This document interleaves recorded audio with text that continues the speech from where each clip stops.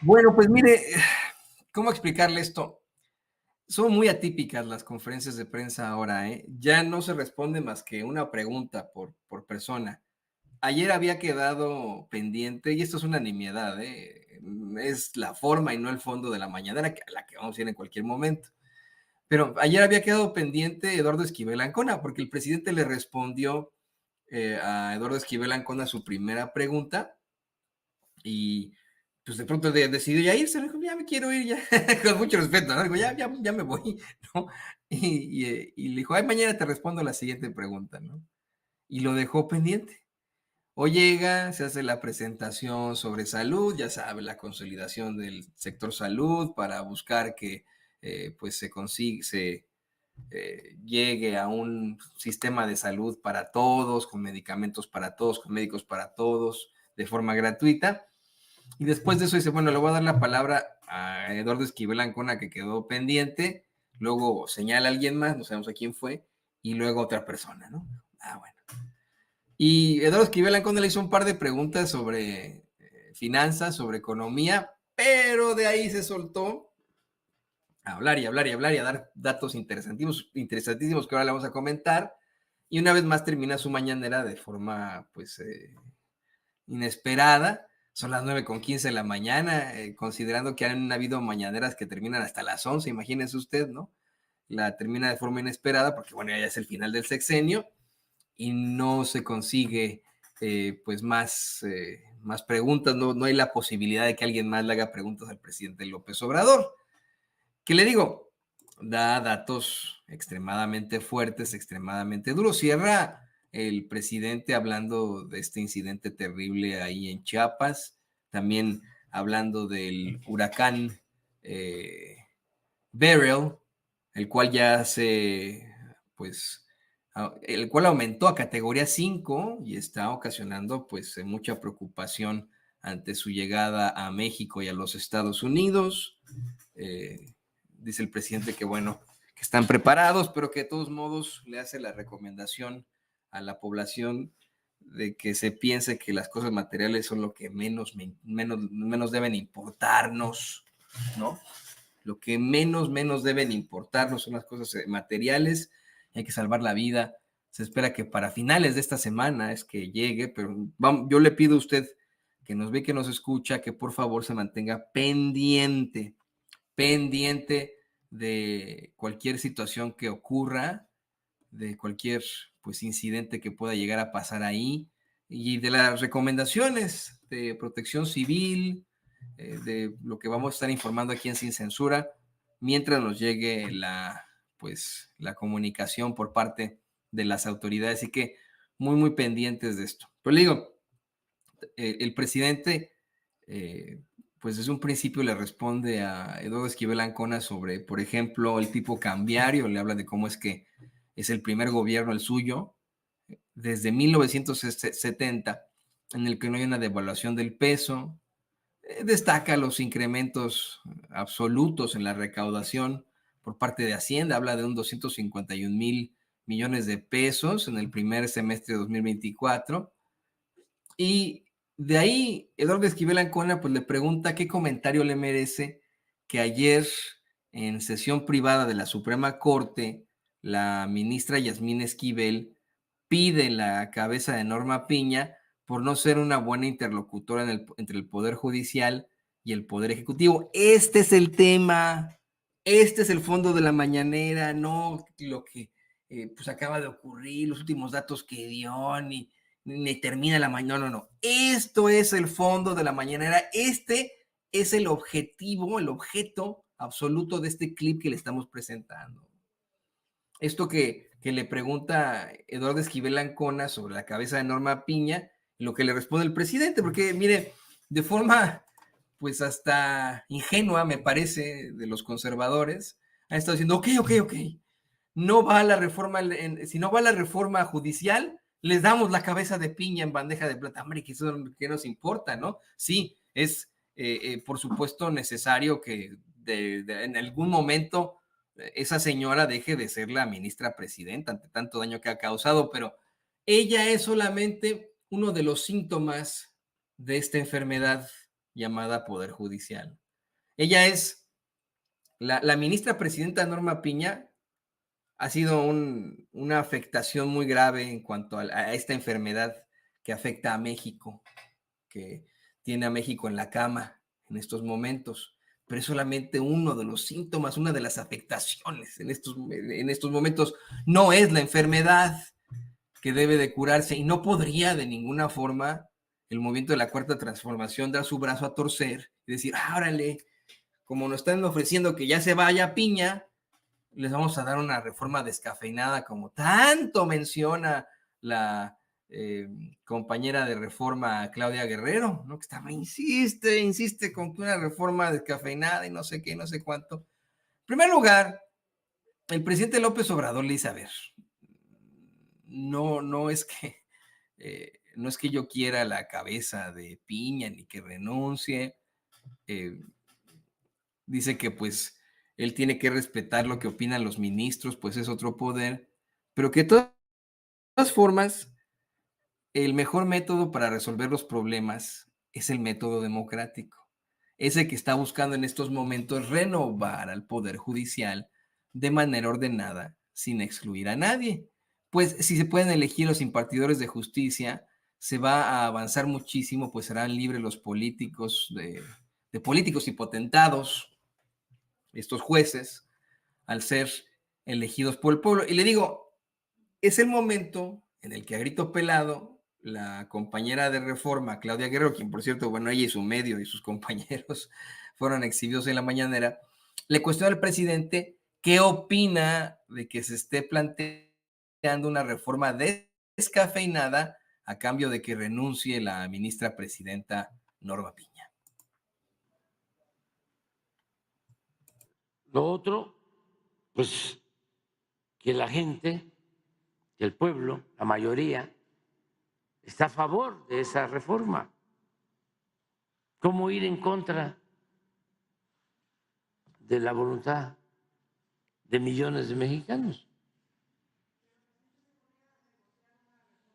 Descafeinada a cambio de que la ministra Piña renuncia a la presidencia de la... Es que no hace falta que renuncie nadie, es nada más que continúe el debate, ¿sí?, sobre la necesidad de la reforma, hacer un buen análisis, un buen diagnóstico. Ya nosotros presentamos una iniciativa de ley, que se revise, que se vean los tiempos, los procedimientos que se deben de aplicar, que se fijen los tiempos para la elección y que se inicie el proceso con una convocatoria en donde puedan ya inscribirse los aspirantes de acuerdo a los requisitos. No, pero no, eso es el tiempo de la corrupción y del autoritarismo. No deben haber ese tipo de negociaciones. O sea, ¿mande?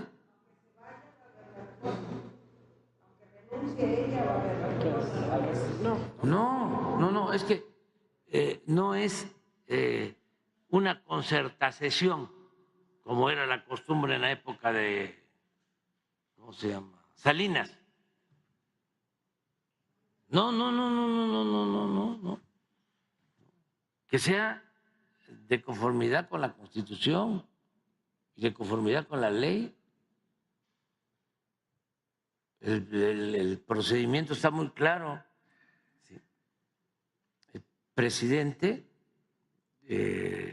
titular del Ejecutivo, tiene facultad para enviar al Congreso una reforma a la Constitución. Ese es el procedimiento. Ya la enviamos. Entonces, el Congreso revisa, discute, analiza y aprueba en su caso la reforma, incluso modifica términos, pasa a comisiones a las que correspondan, primero en una Cámara, luego va al Pleno, se vota. Como se trata de reforma constitucional, requiere mayoría calificada. Después pasa a la Cámara de Senadores, si es que se inicia en la Cámara de Diputados. Y es el mismo procedimiento, va también a comisiones y luego va al Pleno y ya luego se vota o se rechaza. Es el poder legislativo. Y una vez que está aprobada, en su caso, pues ya se aplica. Puede ser que se requiera una ley secundaria y al aprobarse la ley secundaria ya vendrían ahí los requisitos, lo más específico, o también en la misma reforma constitucional se establecen los procedimientos y ya se pone en práctica. Pero ¿para qué negociar? O sea, a ver, ¿qué pasa si renuncio? ¿Podrían ustedes aceptar si yo renuncio? Si dijera un ministro, una ministra, ¿podrían ustedes aceptar que nada más se eligieran a los ministros y no a los magistrados y a los jueces? No, no.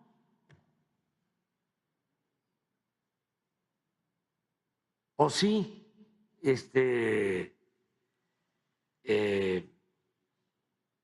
aceptamos, renunciamos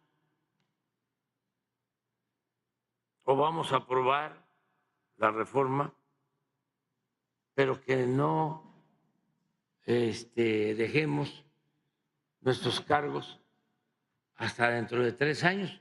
No, que lo decida la legislatura y luego que lo decida el pueblo. Pero la verdad, van bien en el poder legislativo. Y no es una cosa en contra de la señora Piña. Ella llega ahí, desde luego tiene procedimientos que uno no puede aceptar o compartir, pero no solo es ella. Es una crisis del Poder Judicial. ¿Y cómo se enfrenta una crisis? ¿Cómo se enfrenta una decadencia? Pues con una reforma, con una transformación, no parchando. ¿Qué hizo el presidente Cedillo? Quitó a los ministros, claro, negociado. Eso se podría, nada más que no debe seguirse con estas prácticas. Eso no ayuda. Negociado porque a todos les dio su pensión vitalicia, bono y todo, bien atendidos. Y él puso a los nuevos. ¿Y qué se resolvió? Nada. No. Y no creo que sea eso, pues. Para descafeinarla. No. Eso de descafeinado. Hacerla menos. Sí. Eso lo inventaron los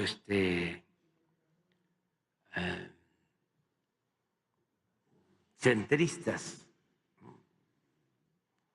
de la llamada izquierda moderna de Europa. Socialismo descafeinado o políticas descafeinadas, ¿no? No, que descafeinado ni que nada. ¿Quién toma café descafeinado? ¿Ah? Nadie. Yo le soy perfectamente Pluma y... que me ofrecen café descafeinado, pues no, gracias, ¿no? Ya café, mire, a lo mejor los puristas del café me van a matar, pero muchas veces, pues uno piensa en el sabor del café como no tan agradable y simple y sencillamente se buscan los efectos de alerta que provoca la cafeína. Entonces, por lo cual, pues un café descafeinado, pues qué chiste tendría, pero hay gente que me dice, no, a mí sí me gusta el sabor del café y sus otras propiedades y prefiero el café descafeinado. Bueno, pues aparentemente al presidente López Obrador no le gusta el café descafeinado como que le dice a una reforma descafeinada, ¡ni madres! Yo digo lo mismo, ¿eh? Nada de que reformas de que descafeinadas, pues, qué insistente la reportera de Reforma, como están insistentes los conservadores y la oposición, de precisamente una reforma descafeinada con tal de que no podamos los mexicanos elegir a nuestros impartidores de justicia. Fíjese, no solamente lo trae Reforma, el Partido Acción Nacional, de hecho por ahí don David debe tener el clip, si no me equivoco, Jorge Romero, este personaje que es uno de los miembros más claros del cártel panista inmobiliario, ya salió a decir que pues él está a favor y que están proponiendo como Partido Acción Nacional una reforma más laxa, una reforma más alternativa, que no electoraliza, así dice él, ¿no? A la selección de los jueces. Esto es lo que dice este infame sujeto. Hola, soy Jorge Romero y hoy te quisiera hablar sobre la reforma al Poder Judicial, esta que está sonando mucho. Primero quiero decirte que en el PAN ya hicimos nuestra tarea, ya la estudiamos, ya la analizamos a profundidad. Yo te he ofrecido que en el PAN habremos de cambiar y a comenzar a ser más propositivos. Y por eso, así como coincidimos con algunas de sus partes, también encontramos varios elementos que creo nos deben preocupar a todos. En el PAN creemos que someter a votación los cargos de ministros, magistrados y jueces acabaría por partidizar estos cargos, los politizaría. Cargos que son esencialmente técnicos, que deben ser autónomos, que deben ser ciudadanos. Creemos que el Poder Judicial debe de ser completamente ajeno a los vaivenes políticos de nuestro país. Someterlos a votación también podría suponer que la impartición de justicia en nuestro país podría vulnerarse por la delincuencia organizada. Pero en el PAN entendemos que ya no solo podemos decir que no. Entonces hoy proponemos el cómo sí. Por eso elaboramos una propuesta alternativa de reforma con propuestas concretas. Te comparto las esenciales. 1. La creación de comités de selección independientes, compuestas por miembros del mismo Poder Judicial, académicos, universidades, Poder Legislativo, sociedad civil, barras de abogados. 2. Una evaluación basada en méritos profesionales. no políticos. 13. Incluir en el proceso audiencias públicas, donde se examinen las calificaciones y el historial de las y los aspirantes. Y 4, que cualquier ciudadano interesado pueda competir por oposición, por cualquiera de los cargos judiciales en México. Esta reforma debe ser el producto, pues, de todas y de todos. Cuenta siempre con el PAN.